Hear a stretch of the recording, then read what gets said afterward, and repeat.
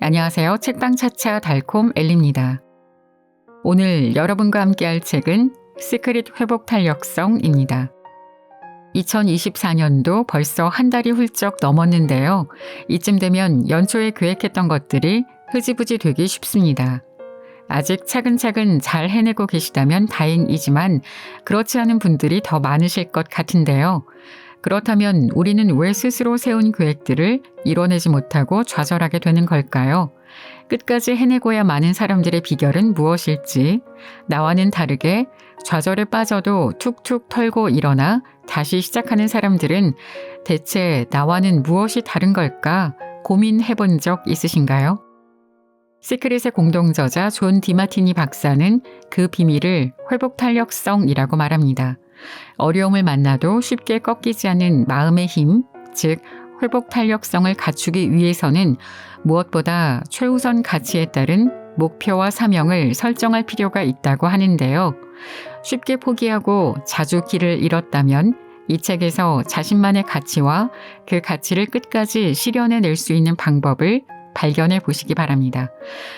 오랜만에 도서 증정 이벤트도 준비되어 있습니다. 댓글 남겨주시는 분들 중 2분께는 이 책 시크릿 회복 탄력성을 보내드리겠습니다. 많이들 참여해 주시기 바랍니다. 자, 그럼 지금부터 시작해 볼까요?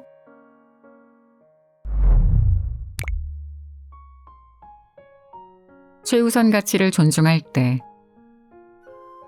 무엇인가가 당신의 가치 목록에서는 상위를 차지하지만 당신의 배우자에게는 별로 가치가 없을 수 있죠. 그런데 이런 상호 보완적 대립이 안정된 관계를 만들 때가 많습니다. 결혼의 목적은 당신과 완전히 똑같은 사람을 만나는 것이 아니라 당신에게는 없다고 생각되는 부분을 가진 사람을 찾아서 서로 부족한 부분을 사랑하고 채워줌으로써 더욱 완전한 느낌을 갖는 것입니다. 사실 당신도 당신의 배우자도 부족한 것은 아무것도 없습니다. 다만 겉으로 그렇게 보일 뿐이죠. 그리고 바로 이러한 명백한 빈틈이 당신과 배우자의 가치 순위를 움직입니다. 만약 일방적인 쾌락적 행복만을 위해 결혼했다면 그것은 환상일 뿐임을 알아야 합니다. 결혼의 목적은 쾌락적 행복이 아니라 우리에게 없다고 여기는 부분을 보완해 성취감, 의미, 목적을 달성하는 것입니다. 당신의 목적은 주로 당신의 1순위 가치의 표현이며 부분적으로는 2순위, 3순위 가치의 표현이기도 합니다. 최우선 가치를 달성하기 위해서는 굳이 동기부여가 필요하지 않습니다. 영감과 동기부여는 서로 다릅니다. 영감은 스스로를 최우선 가치에 맞추고 적응시키는 것, 즉, 나 자신을 알고 자발적으로 그에 맞게 행동하는 것입니다. 반면 동기부여는 다른 무언가가 되려고 노력하는 것, 즉 외적 영향력이나 동기에 의해서 행동이 유지되는 것입니다. 당신이 일생 동안 이룰 사명은 최우선 가치에 따라 살아가는 것입니다.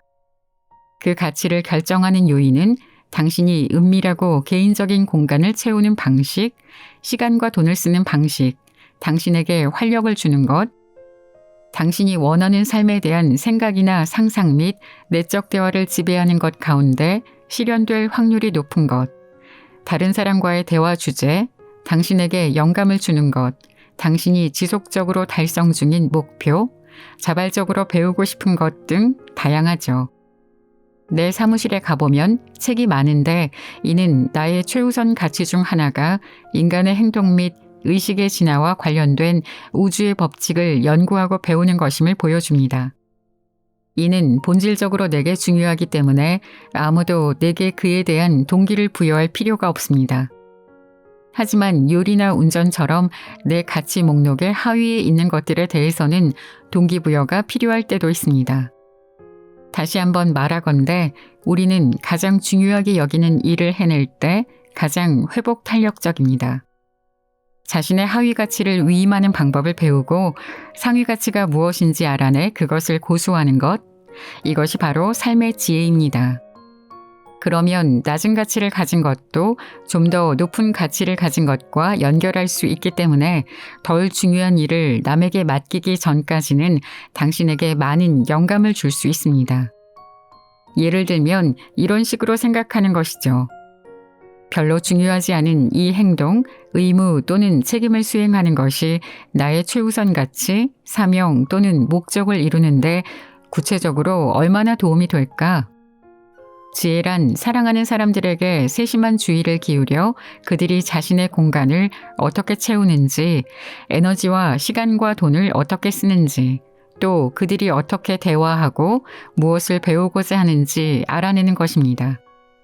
당신이 그들의 최우선 가치를 알고 그 가치를 존중하며 그것을 기반으로 소통하면 그만큼 당신은 존중과 성취감 있는 관계를 맺을 수 있습니다. 당신의 행동이 당신의 최우선 가치와 완전히 일치할 때 당신은 더 많은 영감을 받고 당신이 하는 일을 사랑하며 좋아하는 일을 하게 됩니다. 이야기를 하나 해볼게요. 한 여자가 집을 나섰다가 흰 수염을 길게 기른 3명의 현자를 만났습니다. 당신들은 누구인가요? 여자가 물었죠. 3 현자 중 한 남자가 말을 꺼냈습니다. 여기 이 남자는 부입니다. 이 남자는 성공이고 나는 사랑입니다. 남편은 집에 계시나요? 여자가 집으로 들어가 남편에게 3 현자가 밖에 와 있다고 말하자 남편은 안으로 모시지 그래요 라고 말했습니다. 여자는 나가서 그들에게 들어오라고 했지만 그들은 아니 우리는 한 번에 1명씩만 들어갈 수 있으니 누가 들어가면 좋을지 고르세요 라고 말했습니다. 여자는 다시 들어가 남편에게 물었습니다. 누구를 들어오라고 할까요? 부를 들어오게 해요. 남편이 대답했습니다. 아니, 성공을 부르고 싶은데요. 아내의 생각은 달랐습니다. 그러자 곁에 있던 딸이 말했습니다. 아니, 사랑을 불러요. 우리 가족에게는 사랑이 더 필요해요. 네 말이 맞는 것 같아. 사랑을 부르자. 여자는 밖으로 나가서 말했습니다. 사랑님, 먼저 들어오세요. 사랑이 안으로 들어가자 다른 2명이 그의 뒤를 따랐습니다. 여자가 눈을 동그랗게 뜨고 말했죠. 한 번에 1명씩만 들어오실 수 있다면서요? 아니요. 만약 당신이 성공을 들어오게 했다면 성공만 들어갔을 테고 부를 들어오게 했다면 부만 들어갔을 겁니다. 하지만 사랑을 들어오게 했으니 우리 셋 다 들어가야겠죠. 사랑이 있는 곳에는 성공과 부가 따르게 마련이니까요. 다시 말해 마음속에 무엇이 있는지를 발견하고 최우선 가치를 따르는 것은 우리 각자의 우주 안에서 가장 영감을 주고 의미 있고 만족스러운 것을 이루는 방향으로 나아가는 것과 같습니다.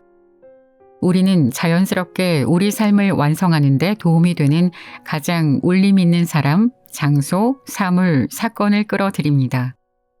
자기 자신에게 주의를 기울이지 않고 방황하며 살아가는 사람이 많습니다. 하지만 고대 그리스의 예언자가 너 자신을 알라고 말했듯 자신을 아는 것은 매우 중요합니다. 나의 최우선 가치를 알면 알수록 나의 반응과 내가 사물을 보는 방식을 더 잘 이해할 수 있게 됩니다. 또 나의 사명이 무엇인지도 알 수 있는데 사명이란 최우선 가치의 표현이자 실천이기 때문입니다. 맡은 사명을 다할 때 우리는 어떤 일에 대해서든지 가장 큰 회복 탄력성과 적응력을 발휘하게 됩니다. 오래도록 남기고 싶은 것. 삶의 마지막 순간에 내가 누구였는지, 내가 어떤 영향을 끼쳤는지 아무도 몰랐으면 좋겠다고 생각하는 사람은 없을 겁니다. 우리의 육신은 될 수 있으면 오래, 가능하다면 영원히 살고자 하는 비합리적이면서도 합리적인 욕망을 가지고 있습니다. 대부분의 사람은 사후의 어떤 형태로든 정보가 보존된다고 믿기 때문에 마음 한구석으로는 불멸적 발상을 동경합니다. 영적으로 우리는 불멸의 삶을 살고자 합니다. 정신적으로 우리는 육체적인 삶이 끝난 뒤에도 다른 사람들에게 꾸준히 기억될 만한 어떤 사상적인 기여를 남기고 싶어 합니다. 일생 동안 이룬 업적이 삶보다 오래 가고 그것이 사라지지 않기를 바랍니다. 또한 그것을 우리 아이들이나 우리를 위해 일하는 누군가에게 물려주고 싶어 하며 그 일이 유지되기를 바랍니다. 보통은 재정적으로도 사는 동안 돈을 다 써버리기보다는 삶의 마지막 순간에 돈이 남기를 원하죠. 자식이 자기보다 오래 살기를 원하는 욕망도 있습니다. 90대 후반이신 우리 할머니와 조깅을 하고 있을 때였습니다. 나는 할머니가 90대에 겪은 가장 힘들었던 일은 뭐예요? 라고 물었죠. 자식이 나보다 먼저 떠난 거지. 실제로 할머니는 자식 가운데 며칠 먼저 떠나보내야 했습니다. 할머니는 마음 한구석으로 불멸적 발상을 자식들이 자기보다 오래 살기를 원하셨던 겁니다. 우리에게는 또 다른 목표도 있습니다. 사회에 기억될 만한, 잊히지 않을 만한 영향을 끼치는 것입니다. 물론 육체적으로도 원하는 만큼 생이 유지되기를 바랍니다. 이렇게 불멸에 대한 우리의 동경은 실로 엄청납니다. 어떻게 하면 그런 불멸의 영향을 미칠 수 있을까요? 먼저 우리의 최우선 가치에 기반한 사명을 분명히 해야 합니다. 사명에 집중하는 것은 열정을 모아 삶에 불을 붙인다는 점에서 돋보기로 빛을 모으는 것과 비슷합니다. 열정적인 사람은 활기없고 따분한 사람에 비해 더 많은 사람의 마음을 끌고 그들을 매료시킵니다. 확실하고 강력하고 열정적이며 자기가 하는 일에 영감을 받는 사람들은 스스로 기회를 이끌어내며 직접적으로 또는 파급 효과를 통해 더 큰 불멸적 영향력을 남깁니다. 나보다 더 큰 뜻. 세상을 변화시키려면 당신만의 충분한 이유가 필요합니다. 최근 내 세미나에서 한 신사가 말했습니다. 저는 정말 이것을 하고 싶습니다. 그렇게 하고 싶은 지 얼마나 되셨나요? 한 10년 정도요? 그런데도 아직 안 하셨다고요? 네. 그렇다면 그건 당신이 정말로 하고 싶어 하는 일이 아닙니다. 그게 무슨 뜻인가요? 정말로 하고 싶은 일이었다면 아마 하셨겠죠. 그러니까 당신은 다른 누군가의 삶을 살려고 노력하고 있는 건지도 몰라요. 충분한 이유가 있으면 방법은 저절로 생깁니다. 반면 충분한 이유가 없으면 방법도 생기지 않는 법입니다. 경제학 원리를 쓴 알프레드 마셜은 인간의 동기는 그 정도가 어떻든 간에 경제적으로 측정될 수 있다고 말했습니다. 무엇이 당신을 움직이게 하는지, 그리고 어떤 행동을 하게 하거나 멈추게 하려면 얼마의 비용이 드는지 정확히 알 수 있다는 것이죠. 당신이 애연가인데 내가 10분 동안 담배를 안 피우면 $2,000를 주겠다고 제안했다고 가정해보죠. 당신은 10분은 참을 수 있지 라고 말할 겁니다. 만약 내가 $20,000를 준다면 당신은 1시간 동안 참을 수 있을까요? 당신이 꿈을 실현하지 못하고 미루고만 있다면 이는 그 꿈을 이루는 데 필요한 행동이 당신의 가치 순위에서 비교적 낮은 자리를 차지하고 있음을 의미합니다. 만약 내가 앞으로 48시간 안에 그 일을 끝내면 $1,000,000를 줄게요 라고 말한다면 어떨까요? 당신은 그 일을 끝낼까요? 보상금이 걸리면 그 일은 당신의 가치 순위에서 일시적으로 상위를 차지할 겁니다. 요점은 내가 당신에게 필요한 행동을 시작해야 할 충분한 이유를 제공하면 당신은 그 일을 한다는 겁니다. 이유가 충분할 때 방법은 저절로 생깁니다. 당신이 하고 싶다고 말하는 일을 당신의 최우선 순위와 연결할 때 그 일을 할 확률은 더 높아집니다. 그러면 당신은 삶에서 더 많은 영감을 받고 더 회복 탄력적이 되며 사회에 더 큰 영향을 미치게 될 것입니다. 왜 그럴까요? 종종 진심이라는 단어로 표현되는 가장 진실하고 높은 가치를 지닌 자아에 귀를 기울일수록 우리는 더 많은 영감을 받게 됩니다. 그리고 영감을 받으면 받을수록 시야가 넓어집니다.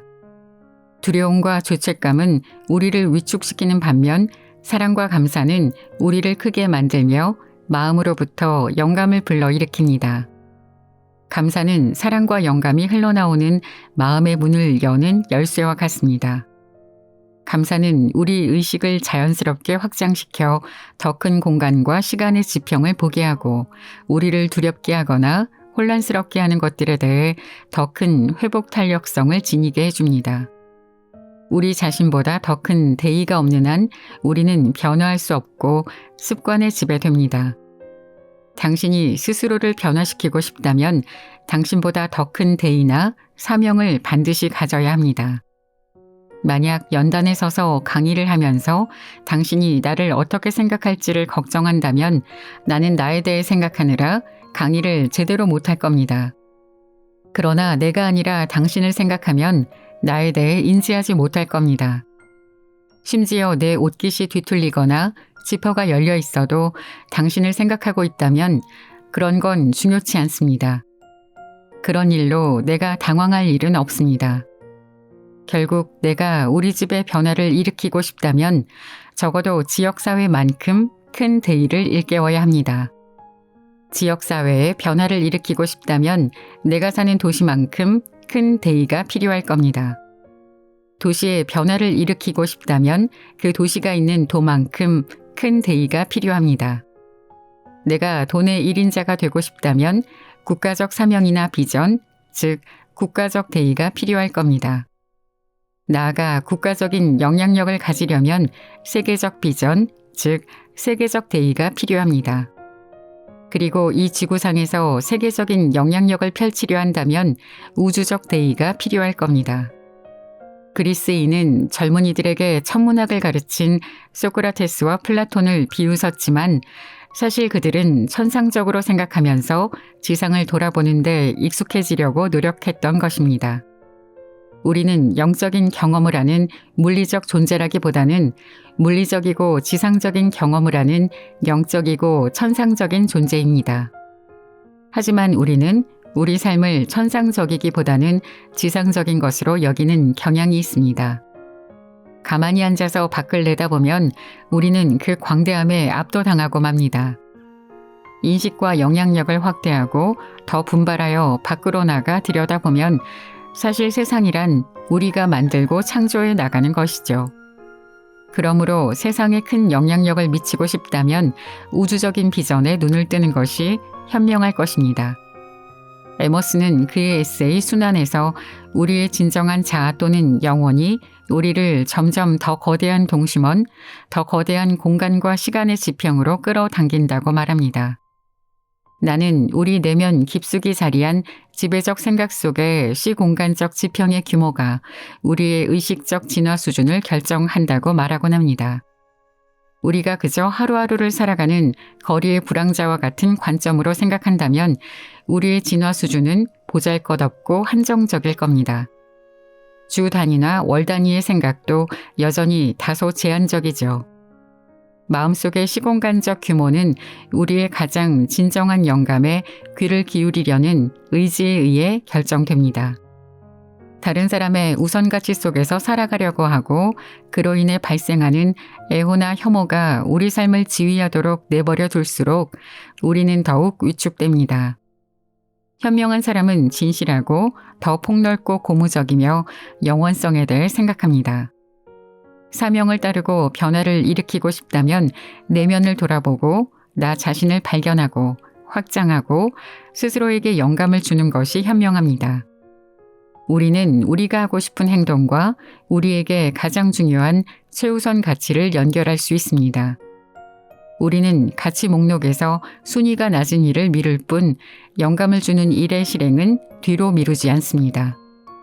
당신은 또한 러브리스트를 계속 확장하고 다듬을 수 있습니다.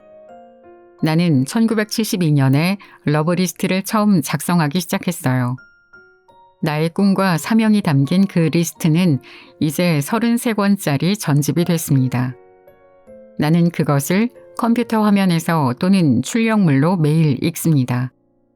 풀이 담긴 통에 손을 넣으면 풀이 달라붙기 마련이죠.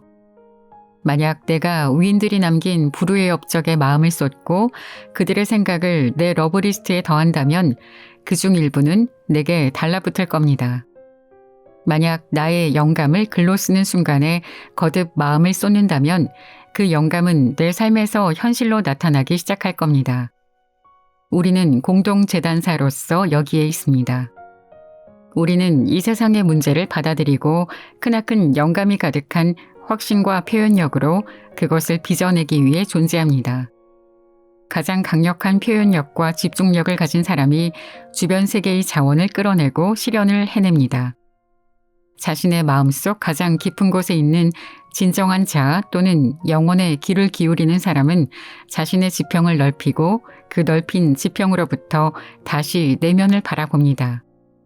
매일 당신의 사명을 읽고 계속 다듬어 나간다면 당신의 시야는 분명해지고 당신이 그 안에 포함시킨 세부 사항은 당신이 직면할지 모르는 장애물과 문제를 해결해 줍니다. 당신이 빠뜨린 세부 사항 하나하나가 장애물이 되어 등장한다고 해도 말이죠. 당신의 내면 깊숙이 자리한 지배적 생각은 가장 명백한 현실이 됩니다. 당신의 비전이 명확할수록 당신의 삶은 더욱 회복 탄력적이 됩니다.